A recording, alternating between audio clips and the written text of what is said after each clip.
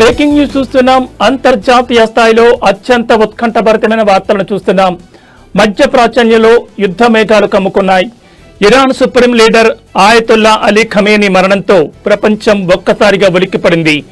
ఫిబ్రవరి 28న Israel America జరిపిన మెరుపు దాడుల్లో ఖమేనీ హతమైనట్లు ఇరాన్ అధికారికంగా ధృవీకరించింది.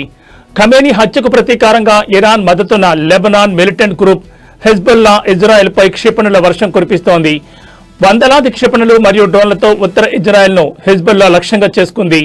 అయితే దీనికి ఇజ్రాయెల్ డిఫెన్స్ ఫోర్స్ అత్యంత భీకరంగా బదులిస్తోంది. లెబనాన్ రాజధాని బీరూట్లోని హెజ్బుల్లా ప్రధాన స్థావరాలపై ఇజ్రాయెల్ యుద్ధ విమానాలు విరుచుకుపడుతున్నాయి. ఇప్పటికే ఈ దాడుల్లో 200 మందికి పైగా మరణించగా వేలాది మంది ప్రాణభయంతో సురక్షిత ప్రాంతాలకు తరలివెళ్తున్నారు. మరోవైపు ఇరాన్లో కీలక పరిణామం చోటు చేసుకుంది.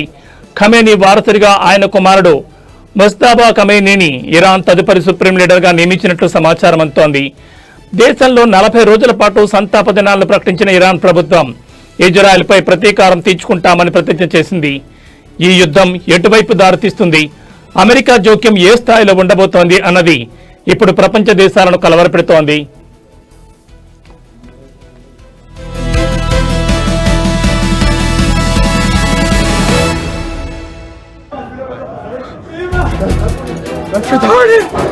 It actually hit right here. Oh my god, that